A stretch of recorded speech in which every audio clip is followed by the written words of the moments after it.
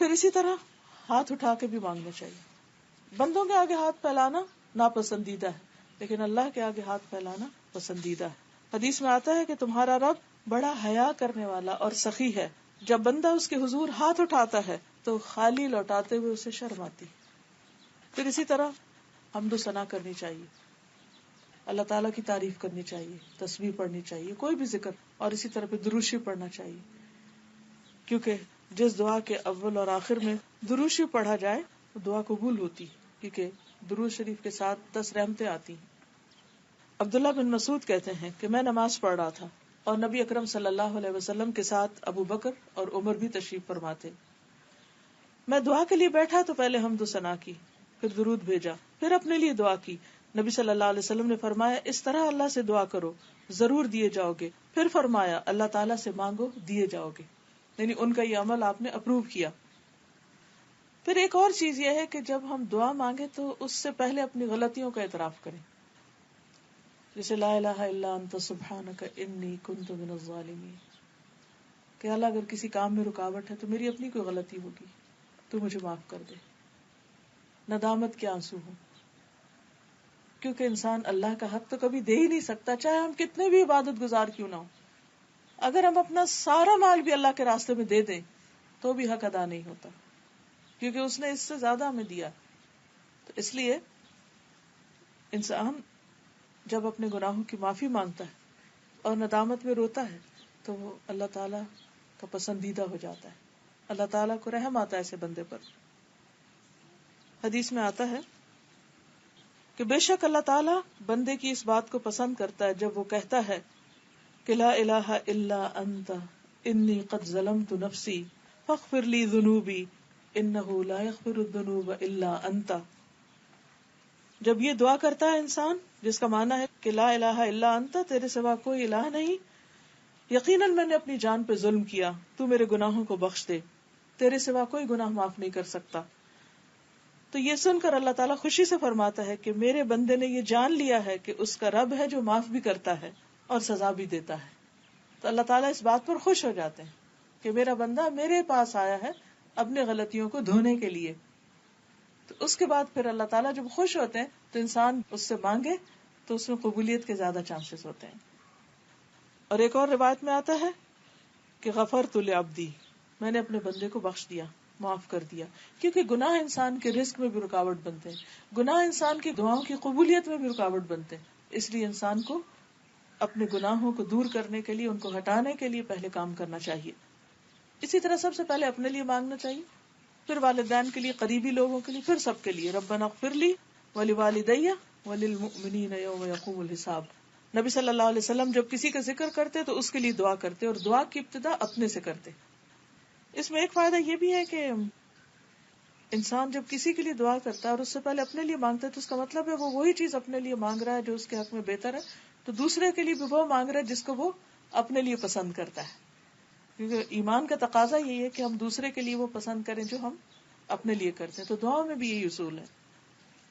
پھر یہ ہے کہ ضروری نہیں کہ بہت لمبی دعا کی جائے، ٹھیک ہے کبھی کبھی انسان لمبی بھی کر سکتا ہے، لیکن اگر دعا میں چند مختصر الفاظ بھی ہوں مگر کوالٹی اس کی اچھی تو وہ زیادہ بہتر ہے. جیسے لا الہ الا انت سبحانک انی کنت من الظالمین، اور ساتھ انسان روئے اور اللہ کو پکار کے اٹھ جائے، اتنا بھی کافی ہو جائے گا. کیونکہ بعض اوقات ہم سمجھتے ہیں کہ ابھی وقت نہیں، پھر ٹھہر کے دعا کریں گے، جب سب کام ہو جائیں گے بائی دا ٹائم ہم تھک چکے ہوتے ہیں، پھر ہمت ہی نہیں رہتی، کوالٹی نہیں ہوتی.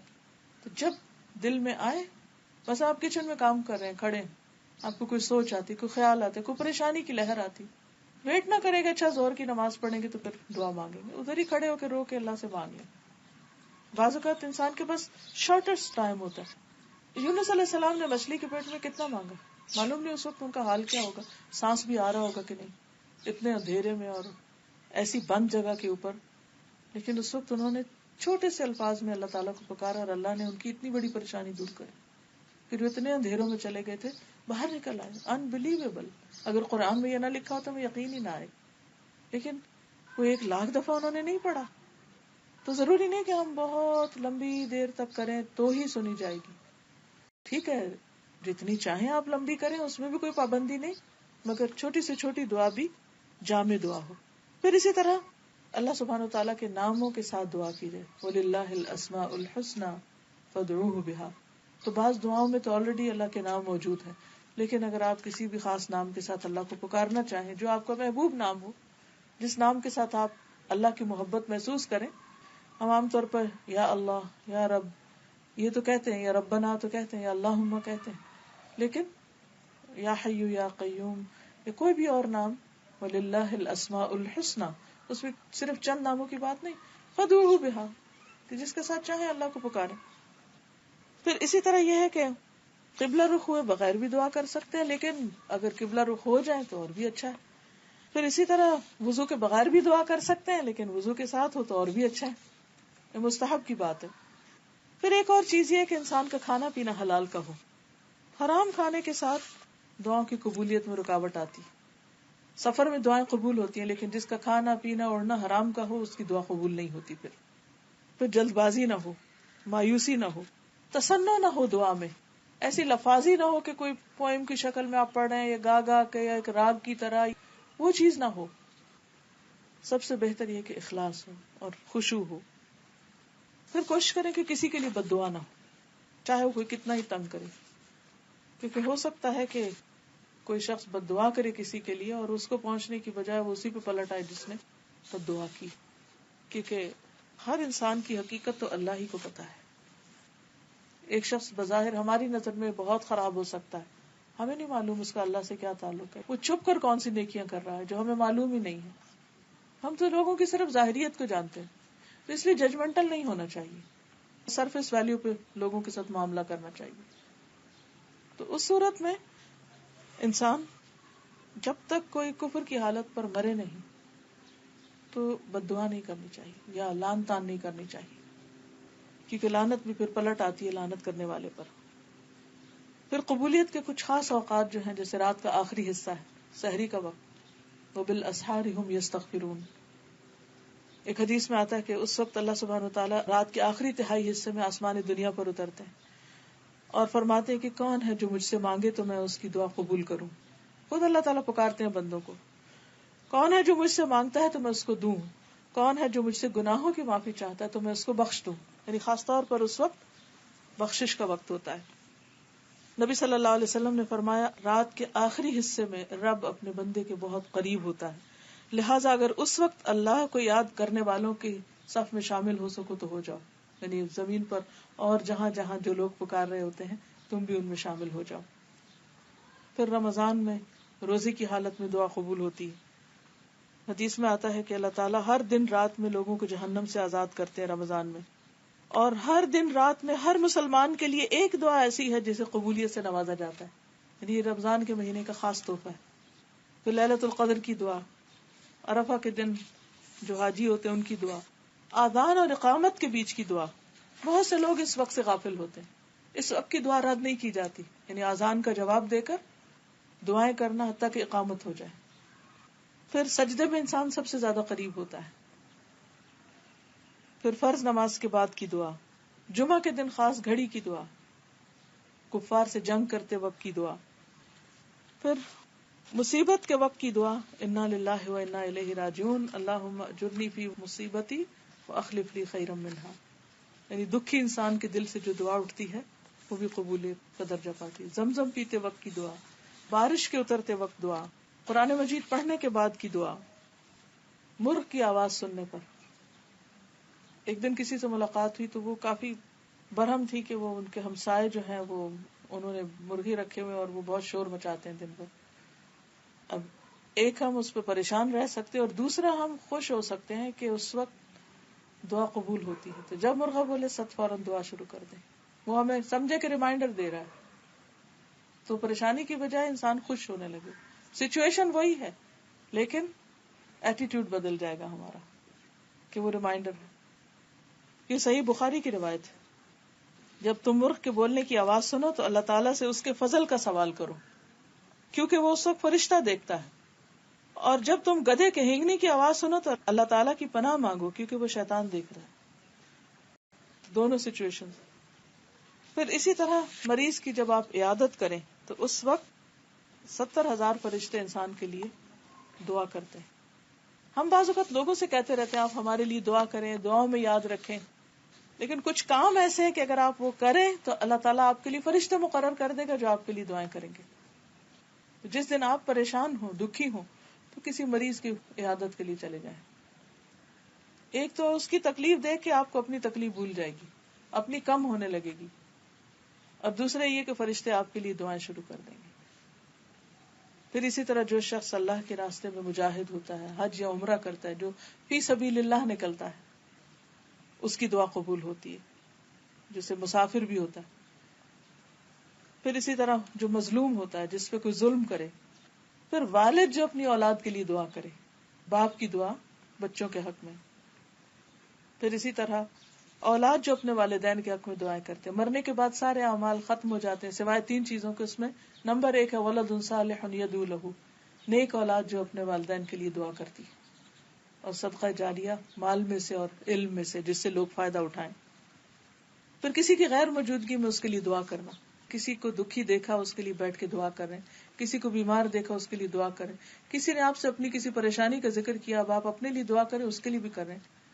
آپ چاہتے ہیں آپ کے بچوں کو ہدایت ملے, آپ دوسرے کو بچے کی ہدایت کی دعا کریں. آپ چاہتے ہیں آپ کو رزق ملے, آپ دوسروں کے لیے کشادگی کی دعا کریں. کوئی چیز جو آپ اپنے لیے چاہتے ہیں دوسروں کے لیے مانگنا شروع کر دیں. اللہ تعالیٰ ایسا فرشتہ مقرر کرے گا جو آپ کے لیے دعا کرے گا کہ اللہ اس کو بھی عطا کر جو دوسرے کے لیے مانگ رہا ہے.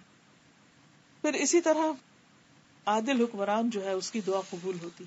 پھر وہ شخص جو خوشحالی میں دعا کرتا ہے, جب وہ تنگی میں آتا ہے تو اس کی بھی دعا قبول ہوتی, کیونکہ حدیث میں آتا ہے جو شخص یہ چاہتا ہے کہ اللہ تعالیٰ سختی اور غم میں, تکلیف میں اس کی دعا قبول کرے, تو اسے چاہیے کہ خوشحالی میں بکثرت دعا کرے.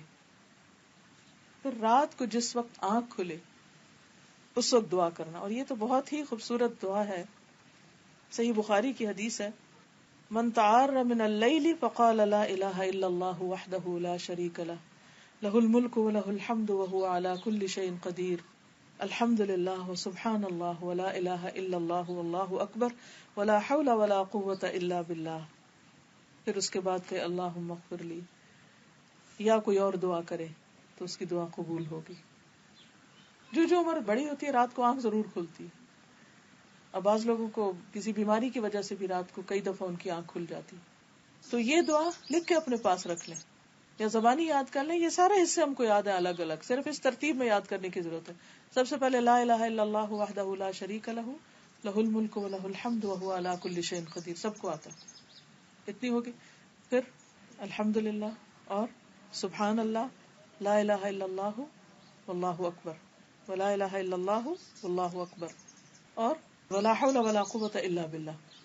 اب آپ دیکھیے کہ اتنا پڑھ کے پھر کیا کریں, اللہ مجھے معاف کر دے, اللہم اغفر لی. تو جو شخص یہ چاہتا ہے کہ اس کا رزق وسیع ہو, اس کی اولاد ہو, اس کی اور نعمتیں ہوں, تو اس کو استغفار کے لیے کہا گیا.